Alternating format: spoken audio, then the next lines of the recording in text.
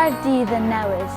Bydd cynllun o'r enw'r Cydyll yn llunio Caerdydd am y 15 mlynedd nesaf. Ac mae'n bwysig bod ni'n cael y cynllun yn iawn, achos dyma ein dyfodol ni.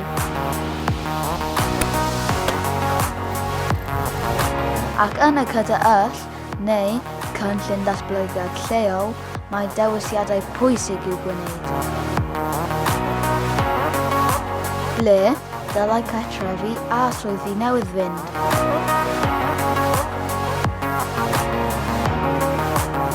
Pa leoedd ddylai gael eu gwarchod.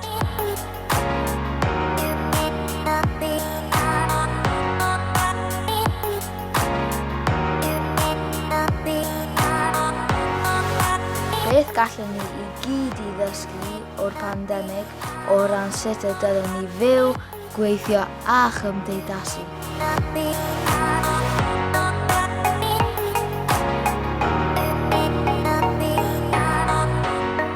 Sut dylai adeiladau gael eu cynllunio a'i hadeiladu mewn ymateb cadarnhaol i'r newid yn yr hinsawdd?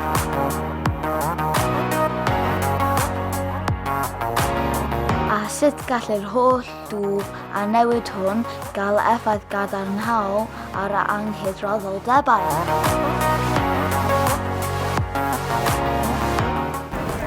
Ar hyn o bryd, does dim atebion hawdd, felly mae'n bwysig bod pawb yn cael dweud ei dweud.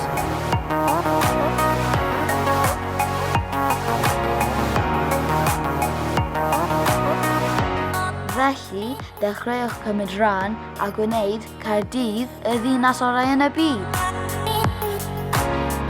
Rhannwch eich barn am y Cynllun Datblygu Lleol drwy ymweld â www.cydyllcaerdydd.co.uk.